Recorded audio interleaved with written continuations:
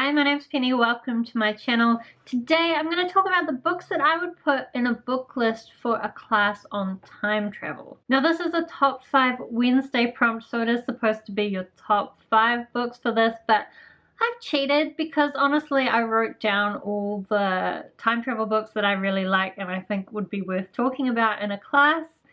And there were way more than 5. So instead, I have cut some out, but I'm going to talk about kind of 5 topics that I think you should cover if you were going to talk about time travel in literature. So the first topic I think it would be important to talk about is whether you're working with a stable timeline or a timeline where things can change. So an example of a stable timeline is one like what happens in Harry Potter, or another example would be The Dragons of Pern by Anne McCaffrey. So in Harry Potter, time travel is possible through the time turner, but you can't really change the past because what you do when you go back in the past you will find has already happened.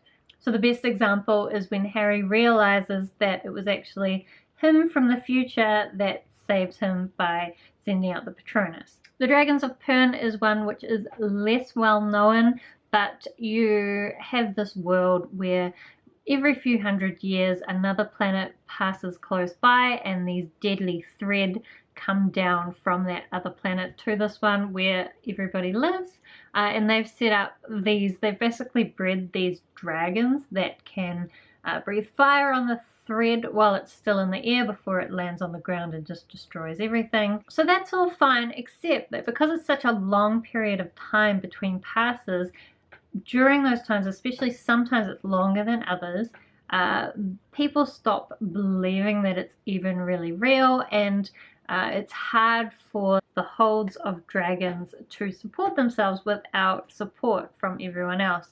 So there's less and less dragons, and then suddenly a whole bunch of the dragons just disappear. Nobody knows where they've gone. Until eventually, this is spoilers, so keep that in mind, eventually they realize that they have gone back in time to get all those dragons and taken them forward into time so that they will be there when they're needed, rather than like the slow decline of the hold. We've just jumped them all into the future. And again, this is the kind of the case where in the future they suddenly realize that they must have been the one to go back in time and change what happened in the way that they know that it did change. So that's a stable timeline where you can't really go back and change the past. And the other option, of course, is one where you can change the past, and a really good example of this would be All Our Wrong Todays by Elan Mastai. So All Our Wrong Todays pretty much sets up our current timeline as the shit timeline. So we had this guy, I've forgotten his name, Jason maybe?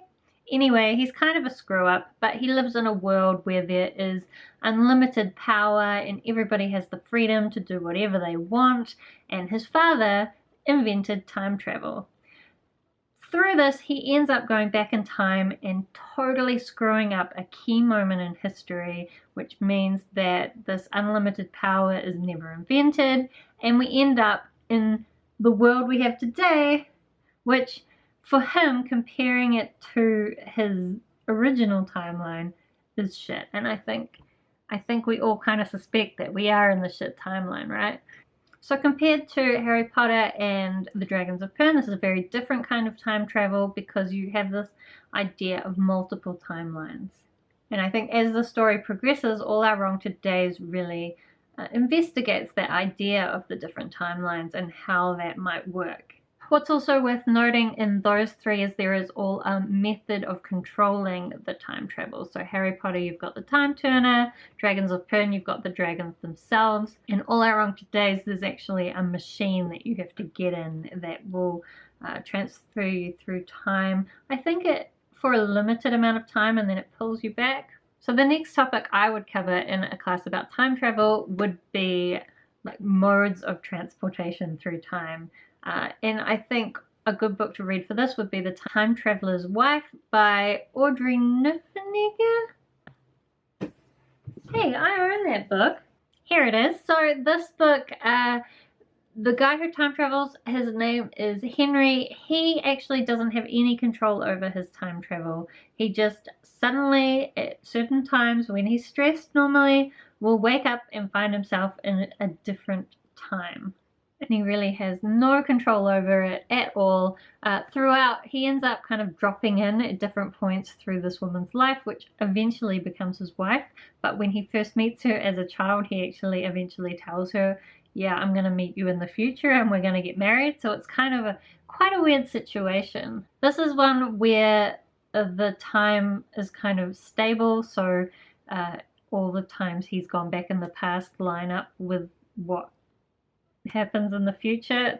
I'm not sure if that's how I'm explaining it. And this story does also include chapters from Claire's perspective, so it's quite interesting to talk about how someone time traveling might affect the people that have relationships and care about them.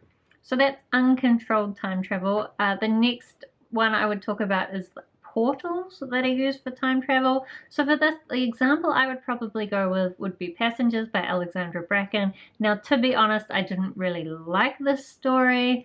You basically follow this very annoying girl, or at least I found her very annoying.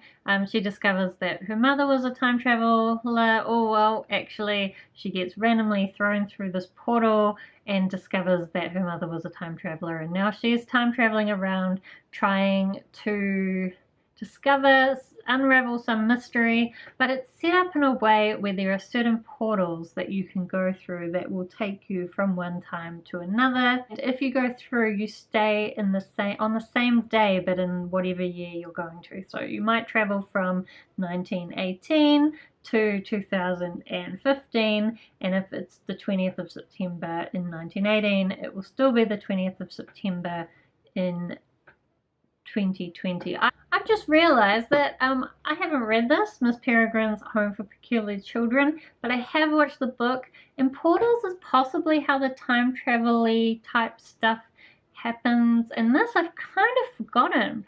I think I need to watch that movie again, but this book would probably be included, based on what I vaguely remember of the movie. I think this book would probably be included in a class about time travel as well. This is on my list of books to read this year, so considering I like time travel, why haven't I not read this yet? Ugh. So then another trigger that is kind of popular for time travel is death. A good example of this would be The 15 Lives of Harry August by Claire North. So this is a story where you have this man called Harry August, and every time he dies, he gets reborn as a child again. And eventually, as he kind of gets a little bit older, he remembers all his past lives. In this particular story, when he's on his deathbed in his 12th life, this young girl comes to him and says, the end of the world is getting sooner and sooner. We don't know what's causing it. We need you to figure it out. This message is being passed back through the generations. And so he has to try and figure out what has caused the end of the world. And it is, I thought, I listened to the audiobook of this and I was actually a little bit disappointed, but I do think the concepts are really interesting, and I bought this book secondhand purely because I would like to try reading the physical book rather than listening to the audiobook, because I think it will be better. Who knows when I'm going to get to this, but I have it, so one day.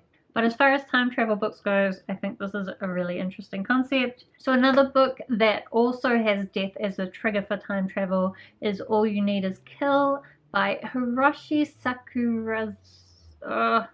I am terrible. Sakurazaka, I think, is how you say his name. So the movie Edge of Tomorrow was actually based on the book All You Need Is Kill, and the concepts, I think I remember the book was a little bit different. I really love the movie. I think the book was pretty good, but it's subtly different. I can't really remember how, but the general idea is basically these aliens attack Earth, this guy gets some blood on him, and then from then on, whenever he dies, he finds himself back at the start of the day.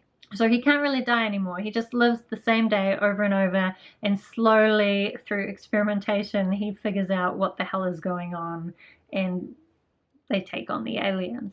But it's just a really interesting concept, and I also thought some of the characters in that book were really good. So it's one not a lot of people talk about, but if you like time travel books, I think it's definitely worth picking up.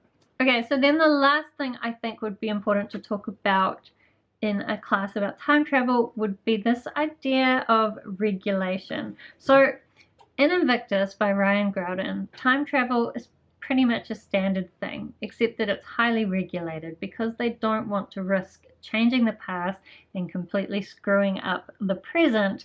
They make it so pretty much you can only go back and record the past, and only people who have proved themselves as trustworthy so they won't fuck up the past are allowed to do so. So you have to basically become qualified to go back into the past. Although Invictus does in fact follow a group of illegal smugglers, I guess, who smuggle things from the past. Basically, they go back in the past, and just before famous artifacts are about to be lost, they will steal them and bring them into the future. I thought the story was really interesting, and I really enjoyed the characters, although I will admit there are parts of the plot which seem a little bit pointless, and it's definitely more of a fluffier, light read. But I really enjoyed it. I found some bits really great. The cover is beautiful.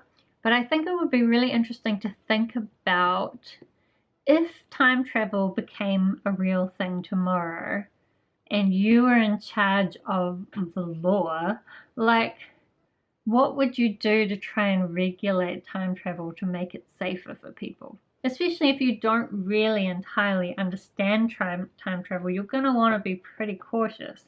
So that was a lot of books on time travel, and I am so sure that there are heaps of other great books on time travel out there that I have missed. So if you know some good books on time travel, then please leave them down in the comments below, because I would love to read more books on time travel. It's one of my favorite things.